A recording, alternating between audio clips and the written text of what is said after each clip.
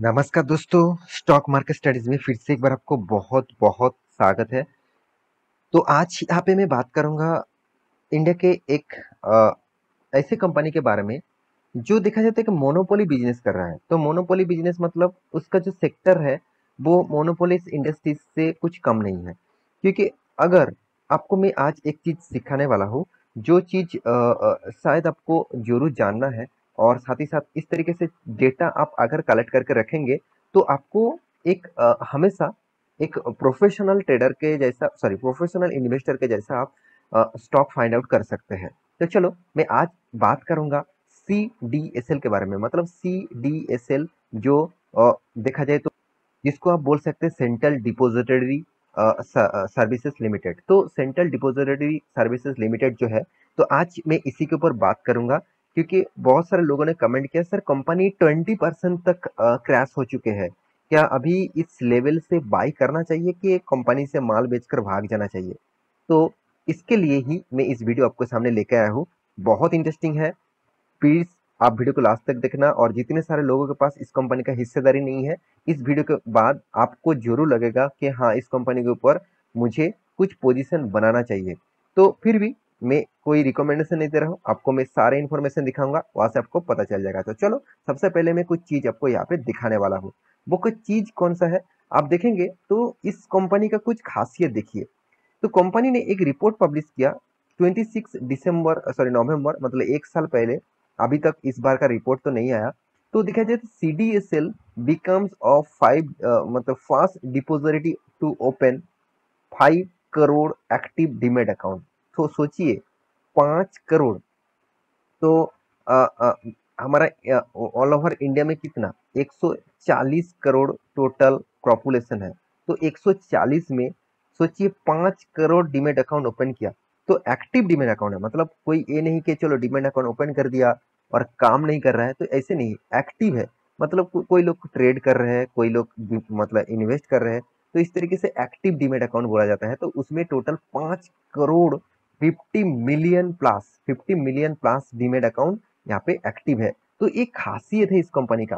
तो एक यही ये चीज आपको दिखाना चाहता था कि एक्चुअली लोगों के मन में ये आ जाता है कि चलो कंपनी क्या कर रहा है, किस तरीके से काम कर रहा है, तो यही देखना है ना आपको। तो चलो और भी कुछ चीज देख लेते हैं। यहाँ पे देख सकते हैं इन्वेस्टर अकाउंट जो है कंपनी का, और वो भी देखिए 31 जुलाई के रिपोर्ट के हिसाब से 6 करोड़ 99 लाख 3,639। तो इन्वेस्टर जो अकाउंट से, मतलब जो लोग इन्वेस्ट कर रहे हैं, उनमें से देखिए रिपोर्ट देखिए 6 करोड़ 99 लाख।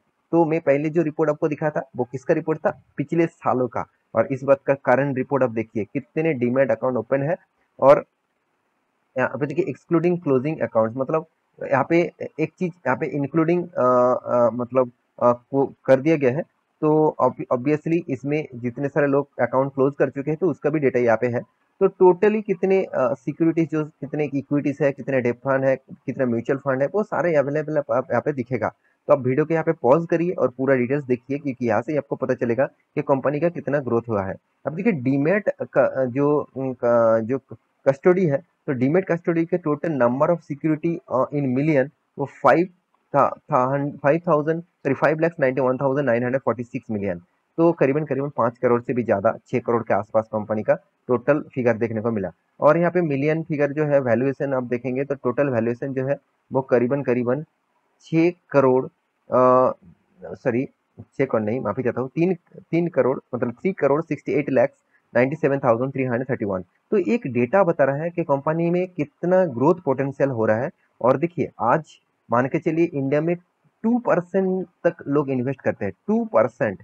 जहाँ पे अमेरिकन इंडस्ट्रीज में, अमेरिका में 40% के आसपास लोग इन्वेस्ट करते हैं। तो सोचिए आज 2% से अगर 20% भी चला गया ना, तो इस कंपनी तो रॉकेट बन जाएगा। CDSL NSDL, इस दोनों कंपनी, देखिए NSDL और CDSL दोनों ही कंपनी है। CDSL के माध्यम से आप डीमेट अकाउंट ओपन करते हैं, NSDL के माध्यम से भी आप डीमेट अकाउंट ओपन करते हैं। तो NSE BSE के माध्यम से आपको डीमेट अकाउंट किया जाता है। तो टोटली जो हैंडल किया जाता है, मतलब अब डीमेट अकाउंट का जो हैंडल किया जाता है, म्यूचुअल फंड कंपनी का जो हैंडल किया जाता है, तो देखा जाए तो CDSL और NSDL के माध्यम से ही होते हैं। तो मेरे हिसाब से ये जो मोनोपोली कंपनी है इसके ऊपर आपको फोकस होना चाहिए। आप सोचते हैं कि मैं कौन सा कंपनी के ऊपर निवेश करूं, जहाँ पे मुझे रिस्क कम रहेगा, मैं ज़रूर कहूँगा आपको सीडीएसएल, बीएससी, एनएससी तो मार्केट में लिस्टिंग नहीं है, तो इस तरीके से कंपनी चूज़ करना चाहिए क्योंकि अ, अगर कोई भी कंपनी को मार्केट में लिस्टिंग होना है, कोई भी कंपनी को मार्केट में रहना है, मतलब बने रहना है, तो उसको उसके लिए उसको बीएससी, एनएससी, सीडीएसएल, एनएसडीएल इसके माध्यम से ही आपको रहना पड़ेगा। तो सोचिए, जो कंपनी मोनोपोली है और जो अगर नहीं रहेंगे तो बाकी कंपनी भी नहीं रह सकते हैं, क्योंकि अगर मान के चलिए आपका मतलब एक दुकान है, तो आपका दुकान नहीं होता तो आप प्रोडक्ट कहाँ पे रखते? अगर प्रोडक्ट नहीं रखते तो माल कहाँ से बेचते? तो ये भी तो आपको सोचना चाहिए। शायद आपको दुकान में माल नहीं रहते, आपका गोडाउन जो है वहाँ पे तो माल रहते हैं। तो ये भी एक सीडीएसएल एनएसडीएल के जैसा है। मतलब आप जब डीमैट अकाउंट ओपन करते हैं उसके लिए आपको कोई भी सीडीएसएल एनएसडीएल के माध्यम से डीमैट अकाउंट इसीलिए ओपन किया जाता है कि आपका जो मतलब जो पोर्टफोलियो है, आपका जो शेयर्स है, वो आपको कोई ना कोई डीमैट अकाउंट में आपको रहना होगा। तो उसके लिए सीडीएसएल और एनएसडीएल मार्केट में है। तो मेरे हिसाब से मोनोपोली कंपनी है। इसके ऊपर आपको आज 20% तक क्रैश हो गया। चलो मैं आपको एक बार दिखा रहा हूँ। कंपनी देखिए कितने शानदार, जो लोग स्टार्टिंग में 2017 में इसके ऊपर निवेश करके रखे थे और जब लिस्टिंग हुआ था मार्केट में करीबन 380 के आसपास, तो तब लोग सोचे थे कि चलो मुझे, उसके बाद कंपनी का प्राइस आ गया था करीबन करीबन देखा जाए तो जो लो रेंज था, आप देखेंगे लो रेंज मतलब 170, मतलब 280 से 170 जब हो जाता है ना, लोगों के मन में सबसे पहले क्वेश्चन आ जाता है कि चलो मैं माल बेच दूं, नहीं तो मेरा फंड जीरो हो जाएगा, ऐसे सोच सोच लेता है। जितने सारे लोग पेशेंस दिखाए थे, और लॉकडाउन के बाद इंडिया में सबसे ज्यादा इन्वेस्टमेंट हुआ, सबसे ज्यादा लोग स्टॉक मार्केट में निवेश करना स्टार्ट किया, और तब देखिए कितने रॉकेट की तरह भागा। आज इंडिया में 2% इन्वेस्टर है, 2% इन्वेस्टर है, और अगर 2 से अगर 12% भी हो जाए ना, तो आज जो रॉकेट की तरह ये जो तेजी दिख रहा है ना, वो कितना गुना हो जाएगा आप सोच नहीं सकते। तो मेरे हिसाब से एक मौका मिल रहा है। जो कंपनी का प्राइस चेंज करीबन 1700 रुपीज के आसपास चला था, आज वो आपको 1200 रुपीज में शेयर देने के लिए तैयार है। तो हमेशा आपको सस्ते से सस्ते दाम में कोई भी कंपनी मिले तो उसके ऊपर आपको टिके रहना चाहिए, बने रहना चाहिए। देखिए मैं मेरे बात नहीं कर रहा हूँ, मैं तो सीखा हूँ बड़े इन्वेस्टर से, राकेश झुनझुनवाला जी से, साथ ही साथ वॉरेन बफेट जी से, साथ ही साथ आप देखेंगे तो विजय केडिया जी के मतलब उसके बातों से। तो मेरे कहने का मतलब है, आप जब कोई भी स्टॉक के ऊपर निवेश करते हैं तो एक चीज आपको हमेशा दिमाग में बैठा लेना चाहिए, क्या वो लॉन्ग टर्म विजन के लिए तैयार है? क्या वो कंपनी लॉन्ग टर्म जा सकते हैं? फिर मैं लॉन्ग टर्म जा सकता हूँ। अगर वो नहीं जा सकते तो मैं वहां पे रह के क्या करूंगा? बहुत सारे कंपनी के ऊपर लोग निवेश कर देते हैं सोच समझ ना करके।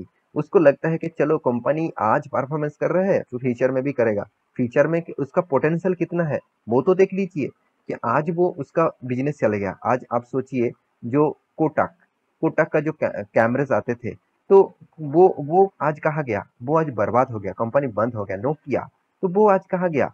तो वो बंद हो गया क्योंकि वो टेक्नोलॉजीज के साथ, वो फ्यूचर विजन के साथ नहीं चला, तो इसलिए आज बंद हो गया। तो जो कंपनी हमेशा रहेगा ही, उसको रहना ही पड़ेगा। उसके बिना कंपनी, बाकी कंपनी नहीं चलेंगे, बाकी कंपनी स्टॉक मार्केट में नहीं चलेंगे, तो वो मोनोपोली बिजनेस क्रिएट कर रहा है। तो उसके ऊपर तो आपको रहना ही चाहिए, रहना ही चाहिए। तो CDSL one of the best company है मेरा। तो आपका भी बेस्ट है तो मुझे कमेंट जरूर करेगा, और आप कौन सा लेवल में बाय करके रखे हैं मुझे जरूर कमेंट करना। और हाँ, जितने सारे लोग नया निवेश करना चाहते हैं तो एक बार स्टडी कर लेना, कंपनी तो बेस्ट है, मैं जरूर कहूंगा। क्योंकि कंपनी का जो खासियत है, डेप फ्री कंपनी है। डेप फ्री कंपनी के ऊपर हमेशा आपको फोकस, मतलब डबल फोकस, चलो मैं यहाँ पे प्लस देना चाहता हूँ, डबल फोकस होना चाहिए। क्योंकि जब डेप फ्री होता है, कंपनी के हाथ में जब कर्जा नहीं होता है, मतलब कंपनी के हाथ में कोई भी बेड़िया नहीं होता है, कंपनी खुलकर काम कर सकता है। अगर आपका एक बिजनेस है, आपके पास कर्जे में आप डूबे हुए हैं, तो आपके मन में हमेशा यही आता है, आएंगे कि चलो सबसे पहले मेरा जो इनकम होगा वो मैं बैंक का लोन चुकता करूंगा। तो उसका जो प्रेशर है ना, जो बिजनेस करते हैं उसी को पता है। तो मेरे हिसाब से इस तरीके से कंपनी के ऊपर निवेश तो आपको हमेशा के लिए बने रहना चाहिए, क्योंकि return of equity, return of capital employed दोनों देखेंगे तो बेस्ट लेवल में आपको दिखेगा। साथ ही साथ और एक चीज मुझे सबसे जो खासियत लगे इस कंपनी का, फ्री कैश फ्लो जो है, वो हाथ में कैश भी अच्छा खासा है, सेल्स ग्रोथ, कंपनी का प्रॉफिट ग्रोथ, इतने सारे चीज आपको पॉजिटिव होने के बाद आपको मन में नेगेटिव क्यों आ रहा है? क्योंकि बहुत सारे लोग मुझे कमेंट किया, सर 20% तक स्टॉक क्रैश हुआ। आप देखेंगे इसका चार्ट पैटर्न तो 20% से भी ज्यादा इसका क्रैश देखने को मिलेगा। तो अब चलो मैं 1 साल के चार्ट पैटर्न दिखा देता हूँ, तो यहाँ पे देखिए 5 साल के चार्ट पैटर्न दिखा दूँ और 6 मंथ के चार्ट पैटर्न दिखा, देखिए फिर कितना 20% के आसपास क्रैश हुआ। तो इसकी चिंता करने का जरूरत नहीं, आप बने रहिए, टिके रहिए। इस तरीके से कंपनी के ऊपर आप टिके नहीं रहेंगे तो कहाँ पे रहेंगे? आप नहीं रहेंगे तो इंस्टीट्यूशन रहेगा ही रहेगा। इंस्टीट्यूशन का डेटा यहाँ पे नहीं है तो फिर भी आप कोई भी साइट में जाकर देखेंगे तो आपको मिल जाएगा। तो हमेशा इस कंपनी के ऊपर फोकस आपको रखना चाहिए। कुछ एक्स्ट्रा बेनिफिट नहीं दे रहा है तो अच्छी बात है, कंपनी आपको रिटर्न तो दे रहा है ना। रिटर्न के रेशियोज तो देख लीजिए, 30%, 85%, और क्या चाहिए? इतने बड़े रिटर्न कंपनी दिए है। तो आशा करता हूँ सारी जानकारी आपको मिल चुका है। बाकी एक बार आप रिसर्च करना, उसके बाद आपको खुद पता चलेगा कि हाँ कंपनी में कितना दम है और फ्यूचर में वो कितना दम रख सकते हैं। तो मिलते हैं इसी तरीके से नया स्टॉक लेके, तब तक के लिए अच्छे से रहिए, अपने ख्याल रखिए, बाय बाय।